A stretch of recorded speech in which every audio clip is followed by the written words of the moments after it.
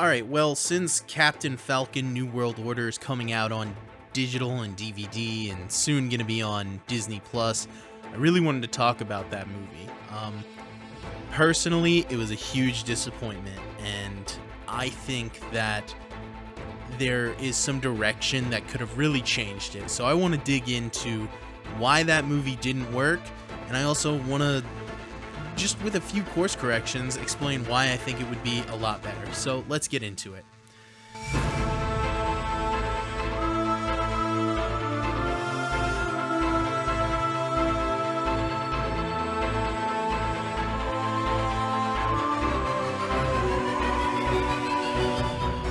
Let's first address the obvious and glaring problem.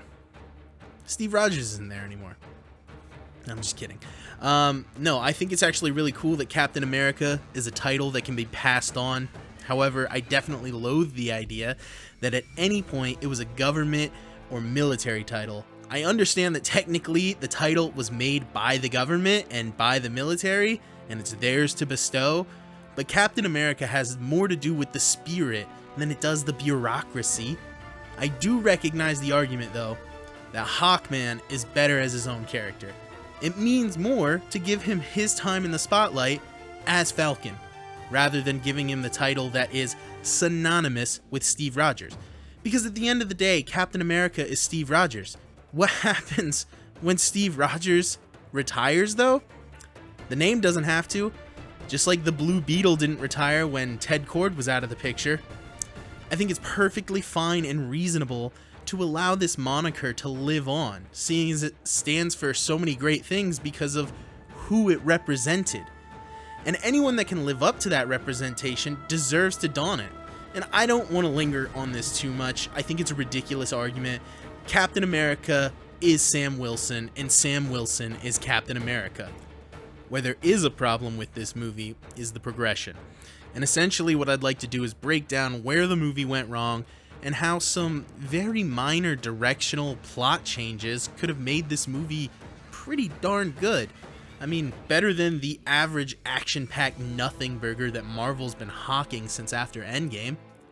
So right from the start of the movie, it kind of contradicts itself by opening with a less than classic Marvel intro. The way they frame this movie in the opening is as a political espionage thriller. I mean, it opens with Harrison Ford, the former president of the Air Force One, becoming the current president of the MCU. If that's not a setup for a political thriller, I don't really know what is. I might be a little biased, and we'll get into that.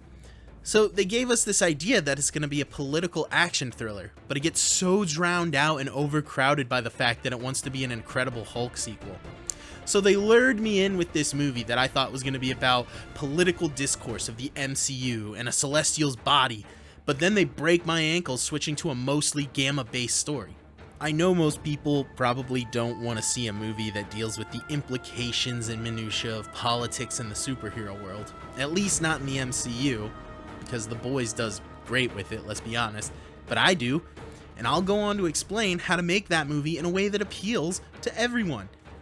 Get that highest common denominator, or whatever you call it. I really think we could have put butts in chairs with this movie if they just kind of leaned in a different direction. I feel like everything about this movie, the marketing, the name, it being a Captain America movie, kind of wanted us to believe that it was going to be a Winter Soldier movie, or similar to that vein, or even Civil War. Both movies are about government corruption and oversight, or at the very least like a quasi-government corporation and its oversight, which would make sense. 2/3 of the movies took this route. Cap works in a story like that, especially being as it is, or is technically a military title, and the Falcon was also in the military. It just would have made for a better Captain America movie. And it's not that I'm against a Gamma movie, I want a Gamma movie, it's just this movie can't decide what track to be on, and the two opposing plot points undermine each other, which I believe is very much a symptom of the reshoots, and we will also get into that. I'm going to go ahead and apologize if I get off track. I want to tackle this movie somewhat chronologically, so I can talk about the minor story directions that could have been changed to make this better, but still address like the glaring issues that aren't story related. So I'm going to start with some of the good. Moving on to Sam Wilson, his intro is amazing. Mackie does a terrific job of bringing the comedic yet nonchalant attitude that we expect from Sam Wilson. I love this character. I love the way he makes jokes. I love his backhanded comments to bad guys and his allies alike. I love how he knows he's a superhero and he loves being a superhero. And you can tell by the way he talks to his teammates and his enemies. Also, the rapport between him and like every other character, pretty much everyone he interacts with in this movie, it feels like they have chemistry. And I think that has something to do with Mackie being very personable. From what you see in his promotional material and when they're doing their press tours and whatnot, it seems like he gets along with everyone and has a nice personal relationship with most of his co-stars. So because of that, the partnership with Torres feels very natural. It feels real. It entertains on a very comedic level, but you also believe this mentor-mentee dynamic. Like, he's got a lot to learn. He's been doing this for a decade. I'm pretty sure Winter Soldier came out in 2014. So, yeah, Sam has a lot of experience under his belt, but more importantly, Mackie has a lot of experience under his belt. Danny Ramirez has just joined the MCU. He's only got a show under his belt, and now he's in a major motion picture. I mean, it's kind of a change. I feel like that's a lot to take on, especially becoming the new Falcon, a character that, I mean, at least I love. I feel like most people enjoyed Mackie as the Falcon, so that transition, I mean, he's kind of going through some of the same things that Sam Wilson's going through, or Anthony Mackie's going through. Both. It's very parallel, you know? But speaking of dynamics, also his relationship with Isaiah, it feels so strained. It feels like there's a lot of chemistry there, but it's strained because you believe that Wilson cares about Isaiah Bradley and feels a great amount of pain for what he's been through and goes through in this movie, and he wants Isaiah to trust him, and Isaiah wants to trust him. Isaiah wants somebody in this world that understands, but he just can't trust anyone anymore. And you feel those connections reaching out to each other, as well as the way he interacts with, like, President Ross. It feels so real. They have a certain amount of respect for each other. They have real conversations trying to convince one another to do what they think is right, and you can hear it coming from that mutual respect. There's at least on some level. And all of those moments, those character interactions that feel real, I feel like they were part of the main shoot, because there are scenes scattered in this movie that feel like these guys were tired of being on this production, especially Han Solo. There are some scenes, like, he puts his all into this, but there are some scenes where he's playing Ross and it's just like, you can tell this is a reshoot. But there were no bad performances overall.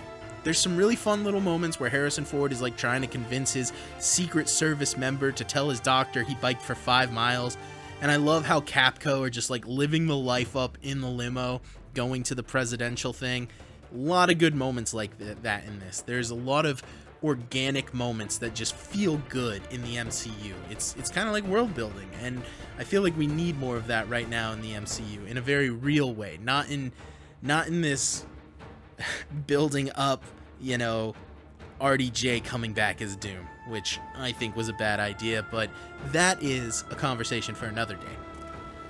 So yeah, that was a bit of a tangent, and I want to get back into his intro. I think it does a half-decent job of showing that Sam is capable of just as much as Captain America.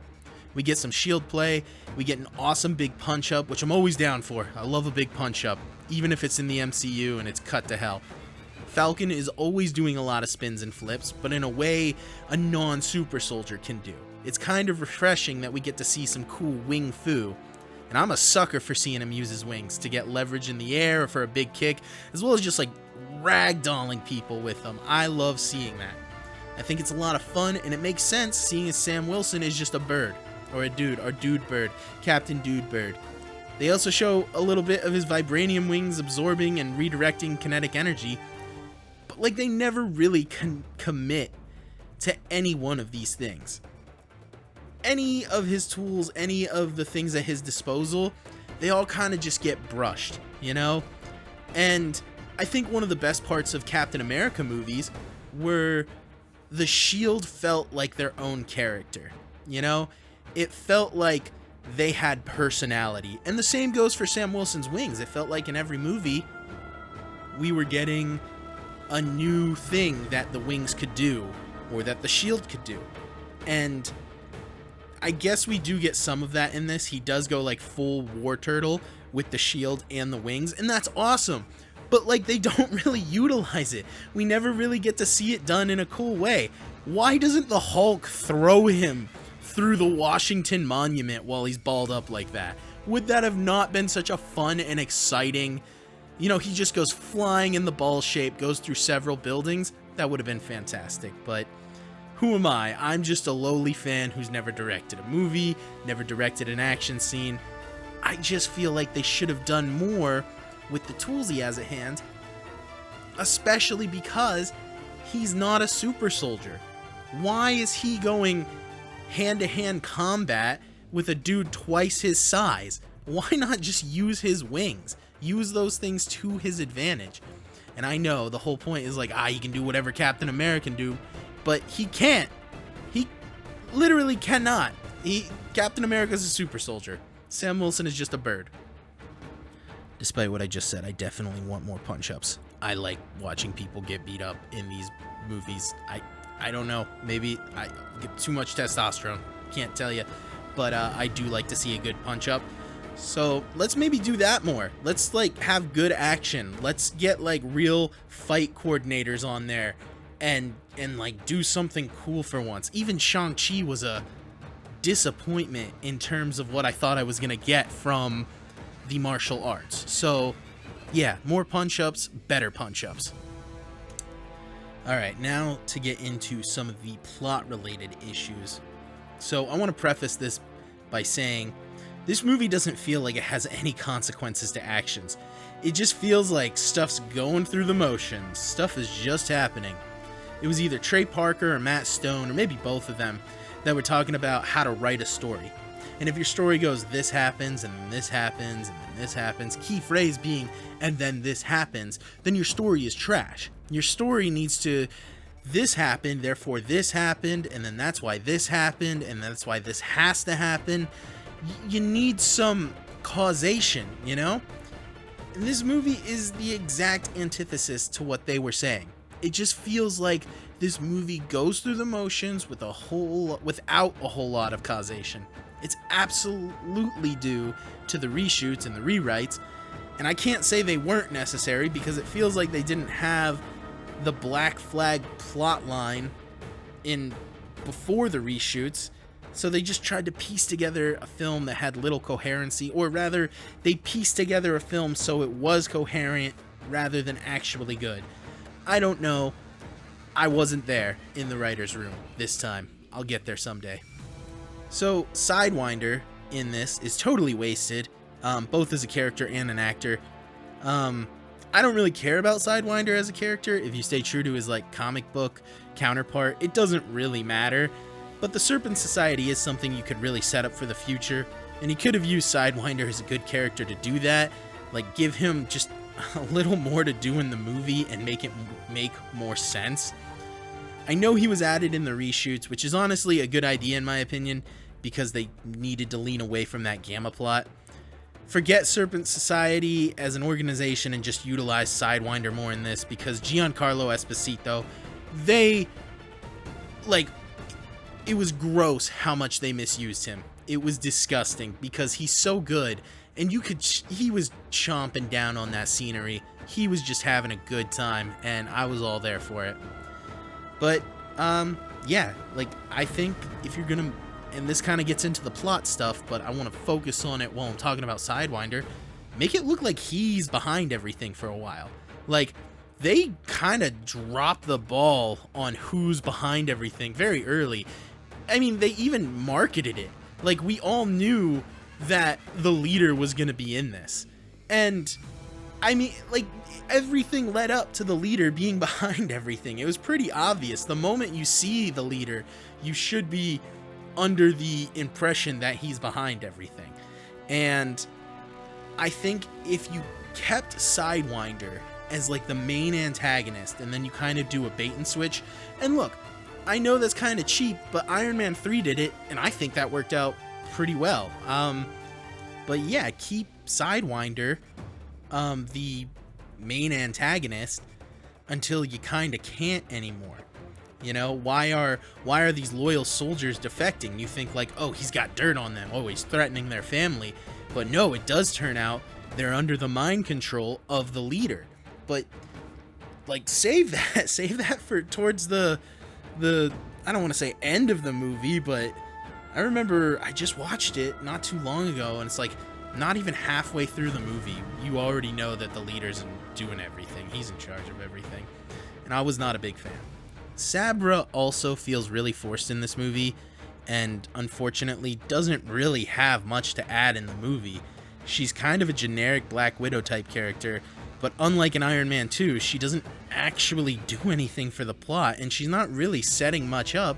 She's not a very popular comic book character, and I'm not going to touch on any of the reasons that they may or may not have put her in it, but it was a bad idea to put her in it, in my opinion.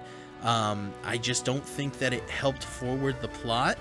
I think that actress did a really good job. Like I said, I think most of these performances were really good, and if they could have given her a little more to do, I think it would have been awesome. But in order to kind of cut this movie down at least 15-20 minutes, something like that, as well as shape this plot up better, I say you should just get rid of her. I don't think she's necessary to the plot. So how can we make this movie better? Well, firstly, don't market this movie with the Red Hulk at all, or the leader. You don't need to. You still could have gotten butts in seats with just Captain America, and let people speculate about the Red Hulk. I mean, you hid Spider-Man from No Way Home, you can hide the Red Hulk. And I know that's contentious, like everyone knew they were gonna be in it, but like we didn't know they were gonna be in it, bro. We saw that in theater and we were still freaking out, okay? So have Ross just be the president and giving Capco a hard time for doing what they think is right. You can tease the Red Hulk, you know, he's having heart issues. You think, oh, is he gonna change? Is he gonna change? Oh, he didn't change. There's no Red Hulk in this movie. And then at the end, you only had him in this movie for like 15 minutes anyways. Huge waste of a Hulk, you know? I don't know if that's due to reshoots or not. I don't know what happened there, but I was not pleased about it. Just make it seem like he's dying. He's trying to fix things with his daughter and he's running out of time. Leave it at that. So here's how to pace this movie. Basically, play it all the same until Bradley tries to kill the president. But during the assassination attempt, enter Sidewinder again. He's part of the plot to kill the president. So that punch-up between Cap and Sidewinder on the road would take place at the White House instead of just on the side of the road. And Sidewinder would talk about how the buyer offered him double the money to kill Cap, and Sidewinder would allude to who the buyer is, but not tell us. He wouldn't tell us who the buyer is. He doesn't know. We don't know. Which would make us believe that Sidewinder is behind the whole assassination attempt entirely. It also implants the idea that Bradley and the other President Hunters were defected by Sidewinder. Maybe he had something on them. And Bradley's like, no, I don't remember doing this. I had no recollection. So it's like, there's a mystery. How about that? You know, let's write something good for once. And that leads up to like, that part of the mystery. We find out Sidewinder didn't orchestrate the assassination attempt, but it was his cover to try and kill Cap. He was just trying to kill Cap the whole time. So the movie will again most likely go as it does, but you gotta leave out these phone calls with the leader. Why are we introducing the leader so early in the movie? Make Ross and Sidewinder look like the genuine villains for just a moment, you know, before you introduce the leader. I know that takes away some stuff from the plot, but what I'm adding, way better, in my opinion. So, I want to get rid of Sabra, so I say we just use the Secret Service agent as the one that does the secondary investigation. I would say you could just use the lady that plays Sabra, but like, I like the dynamic between her, President Ross, and her and Sam Wilson. It works. So, she can be the one that does like the investigation, in charge of the investigation, while Capco's doing their investigation. Have Bradley be the one that sees the prison guard kill the prisoners, and he gets put in solitary confinement. You don't really need to have Sabra there for that. You know, word gets back to Cap, that he was put in solitary, and that's how he finds out what happened. So after that, it's not long after the Japanese politician accuses Ross of setting up the whole adamantium debacle at the same time that Capco finds what looks like somebody working for Ross, orchestrating the debacle, as well as hiring Sidewinder for Cap's murder. All of it makes it look like Ross is in charge and the leader's working for Ross. You know, he might actually be doing this stuff to manipulate world governments, which is believable for Ross to a certain extent. I suppose at this point you could introduce the leader, but don't put him as the leader of the whole thing yet. Don't make him the big bad. Make him a sympathetic character. He's working for Ross. Ross is forcing him to make heart meds and forcing to help him get the presidency and manipulate things. Also, geez, man, why did they make the leader look so terrible? Make him look like a comic book version of himself to some extent. This was unnecessary, but that's neither here nor there. Make the leader out to be the victim. You know, is it a cheap and unbelievable play like Mysterio being a hero or the Mandarin from Iron Man 3? Yeah, sure. But it works, and it'll work better for this story. It's not like it's bad to use certain tropes. You just need to use them well. I think Mysterio's reveal, again, we all knew that Mysterio was going to end up being a bad guy, and it was still a satisfying reveal. I'm going to be honest with you. After this, the movie gets pretty hard to rewrite and piece together without doing some very heavy lifting, because it's already built on such a terrible foundation that's just pieced together. So I guess at this point, they go to the SEALs base, because they can't really trust anyone, but they think they can trust the SEALs. So I mean, yeah, that's one small group of people they can trust not to be brainwashed by the leader's programming. And here's the thing, we can write very easily why the SEALs are still trustworthy. We can say they were black ops, we can say they're off-grid, there's so many different ways to write why they can be trusted by Capco. And look, if you want to make it so that the leader is, the guy in charge at that point, like the reveal, you can kind of put it anywhere before or after this point, not anywhere before, like right before or right after. And again, the movie goes as it should, it's already setting up Ross to look like he's manipulating stuff. Why did they not follow through with this? I feel like that was originally the plan. But then, on the aircraft carrier, you still have that whole set of scenes play out. The way that Ross gets defensive and aggressive, you don't know who's done what or why, you don't know if he's guilty or not.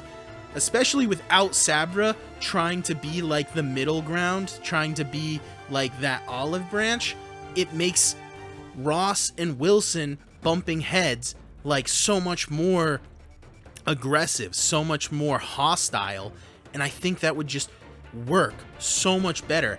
Have the leader still call to allude to being able to control Ross with the pills, like when he calls Ross, but we still don't know for sure that he's gonna Hulk out, Let everything play out as it does, with Torres in the hospital, Bucky showing up, take out the scene where the leader frees Sidewinder. I mean, I have a better idea for that. The leader, goes to the SEAL team, he brainwashes them, kills them, whatever. Towards the end, you see that Sidewinder's out with him, to make sure everything goes as planned, but the leader still gets arrested. Why get the leader arrested? To implicate Ross, so that it still looks like Ross is the one that did everything wrong, that he is the one manipulating world governments. So Ross is getting hounded by the press, like, did you do this? Are you guilty? Were you aware? Is any of this true? And they're still accusing him of stuff. And yeah, you can still have him Hulk out at the end.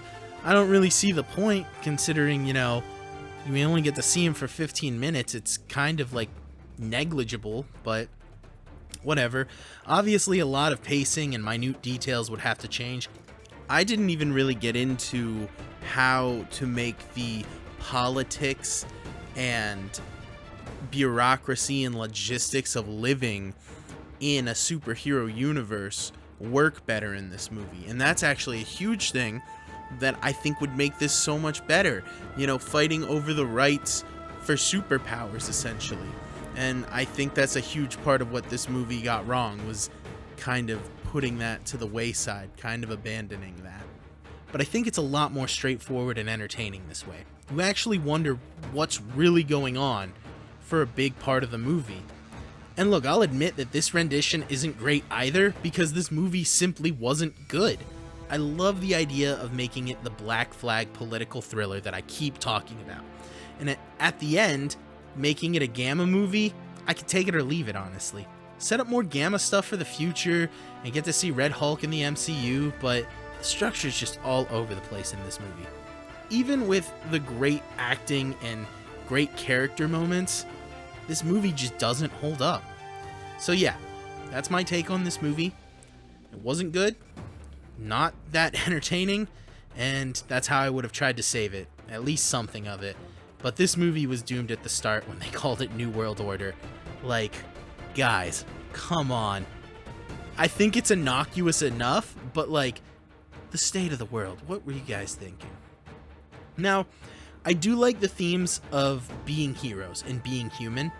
I think that is pretty cool how Sam has to struggle with that. But he already did it in the show. He already did it in Captain Falcon and the Winter Soldier. They basically disregard all the character growth that happens in that show when they have that scene where Bucky comes and is like, nah, man, you shouldn't have taken the Super Soldier Serum. You're better without it. Yeah, we know. We spent like 8 terrible episodes on it already. We don't need to go over that. Just thank God that the Thunderbolts came out to give us one of the best MCU movies in such a long time. Seriously, one of the best things to come from MCU in so long. If you haven't watched that, definitely watch it. This movie almost put me off of the MCU for a little while. I'm glad I went and watched Thunderbolts. It revived me a little bit for the time being. Now, I just gotta say this real quick. I don't know how this might come off. I gotta be careful. But Kendrick at the end of this movie is so baller. Having that song, especially for a character that is so casually black in these movies. Like, T'Challa and Killmonger are both black in their movies, but that's like purposeful. Purposely? It's on purpose. And pointedly. Sam Wilson is just a black man being a black man. And it's not a key plot point to showcase his blackness. Like, yeah, it's a big deal that he's black in Captain America. But again, we already went over that in the last movie. And throughout all of the MCU that he's been in, like, this dude is just so nonchalantly, casually true to himself. And himself is a black man. So it makes it feel special in a different way from Black Panther. I'm not trying to say that Black Panther is less special for black culture in the MCU. I just mean this is a different type of black culture in the MCU, and I really love it. But anyways, I better quit while I'm ahead on that note. I love what this movie does right, but it does so very, very little right. And the plot is at the bottom of that list. So until next time, I hope you enjoyed my rendition of Captain Birdman, New World Order? Brave New World.